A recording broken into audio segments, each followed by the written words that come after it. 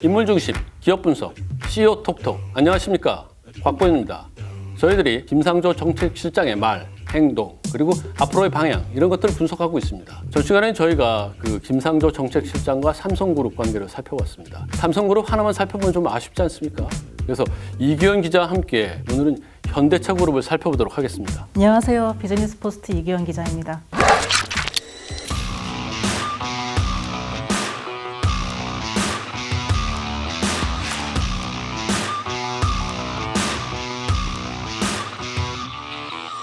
김상조 정책실장은 사실 그 현대차그룹에 관해서 그리고 지배구조 개편 뭐 이런 얘기 많이 했는데 사실 그게 정의선 수석부회장의 경영권 승계와 굉장히 관련이 있을 것 같은데요.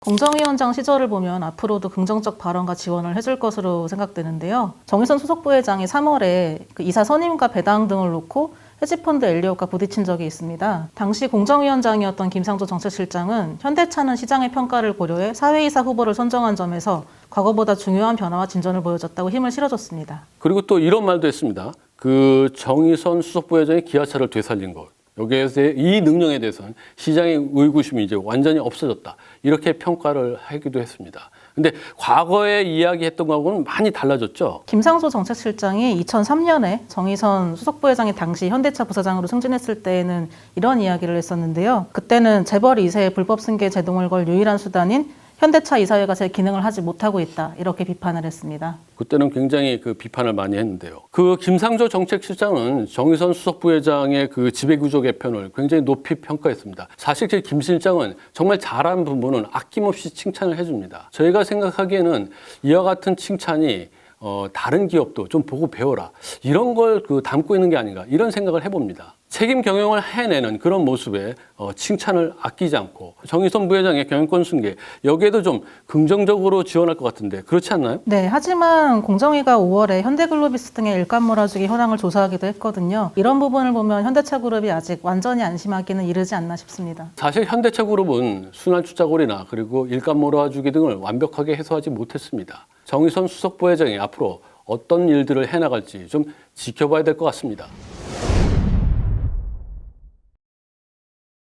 네, 앞서 저희들이 그 삼성그룹을 얘기하면서 정부의 그 마중물 역할을 얘기했는데 현대차그룹에도 똑같이 그 마중물 역할을 할 것들이 있을까요? 이걸 분석하려면 먼저 정의선 수석부회장의 현안이 뭔지부터 살펴봐야 되는데요. 지금 현재로서는 수소차가 가장 큰 현안이라고 볼 수 있습니다. 정책실장은 경제 전반을 다룹니다. 그리고 정부의 수소차 정책들이 있습니다. 그렇기 때문에 정의선 부회장한테 여러 가지 이야기를 하고 또 이야기를 듣고 협의하고 이런 관계가 계속해서 이어질 것 같은데 안 그런가요? 사실상 그럴 수 있다고 생각합니다. 문재인 정부가 추진하는 수소경제 정책에서 현대차그룹의 비중이 워낙 크기 때문인데요. 예를 들어 정부의 수소경제 활성화 로드맵이란 정책을 보면 2030년까지 수소전기차의 생산 능력을 연간 50만 대를 끌어올리는 목표가 있습니다. 정부의 이와 같은 목표를 살펴보면요. 그 실제로 수소전기차를 생산하는 현대차그룹이 적극적으로 나서지 않으면 안 될 것 같습니다. 정의선 수석부회장이 이 수소전기차의 실질적으로 리더라고 할 수 있는 상황인데 말이죠. 그렇기 때문에 문재인 정부도 수소차 분야에서는 현대차그룹과 정의선 수석부회장을 적극 밀어주고 있는데요. 이런 상황에서 김상조 정책실장이 임명이 됐습니다. 앞서 경청과 협의를 약속했던 대로라면 수소차에 관련된 규제 완화라던가 수요 지원 등을 지속을 해서 정의선 수석부회장을 계속 도와줄 것으로 예상됩니다. 사실 그 정의선 수석부회장은 연초에 각국 정부에게 여러 가지 요청들을 했습니다. 정부 차원에서 규제를 좀 완화해달라. 수소차를 활성화하기 위해서 공공영역에서 많은 수요를 좀 이끌어달라. 이런 얘기들을 좀 했습니다. 하지만 이런 정책을 두고 유독 왜 현대자동차에만 이런 그 혜택을 주느냐. 이런 시민단체의 비판까지 나오기도 했었습니다. 과거 시민단체 운동가였던 김상조 정책실장은 이 부분에서 좀 어떤 생각을 할까요? 네, 바로 이 부분이 김상조 정책실장과 현대차그룹의 관계가 어떻게 바뀌었는지와도 연관돼 있는데요. 김상조 정책실장이 2019년 5월에 한 방송에 나와서 했던 말을 보면 수소전기차 같은 혁신성장 산업 분야의 핵심 축은 대기업일 수밖에 없다라고 얘기했습니다. 비슷한 시기에 우리나라 자동차 대표 기업인 현대차그룹이 변화에 효과적으로 대응하는 것은 협력회사 상생과 일자리 창출의 관건이다라고 얘기하기도 했고요. 공정거래위원장 시절에는 사실 그 공정경제에만 신경 썼으면 됐습니다. 하지만 이제 청와대 정책실장이기 때문에 혁신성장, 경제 전반을 생각하지 않을 수 없습니다. 그런 점에서 그 김상조 정책실장이 현대차그룹과 좀 더 우호적인 관계를 가져가지 않을까 이런 생각을 해봅니다. 지금까지 저희가 김상조 정책실장을 집중 분석해봤습니다.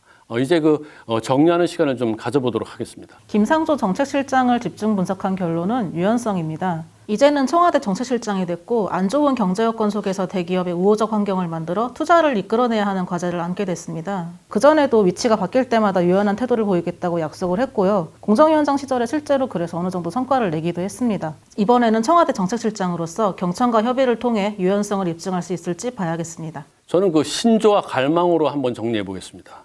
우리가 잘 아는 빌 클린턴은 단순히 색소폰만 불고 그리고 성추문만 만든 그런 대통령이 아닙니다. 민주당의 새로운 리더십을 만들기 위해 전국의 조직과 브레인을 총동원해 10년 뒤 미국의 방향과 정책을 만듭니다. 그리고 2000년 8월 1일 민주당의 새로운 강령이라고 할 수 있는 하이드 파크 선언을 내놓습니다. We believe, we believe, we believe로 계속되는 선언문은 주옥 같은 명문에 명쾌함과 단호함과 치밀함과 따뜻함을 담고 미국의 고민과 미래에 대한 해답을 아주 상세하게 쏟아냅니다. 그리고 특권에 있어서는 안 된다는 잭슨의 신조와 혁신에 대한 루즈벨트의 갈망도 담아놓았습니다. 김상조 정책실장은 대기업의 올바른 구조와 역할에 대해서 굳은 신조를 가지고 있습니다. 동시에 대기업들이 자발적으로 변화하고 그리고 우리 사회에 바람직하게 자리 잡고 동시에 큰 발전으로 이끌어갈 수 있는 그런 것들을 깊게 갈망하고 있습니다.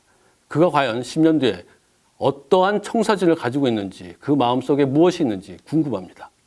이런 생각을 하면서 CEO 톡톡 이것으로 좀 마무리해 보겠습니다. 여러분들 구독하기 좋아요 부탁드리겠습니다. 감사합니다.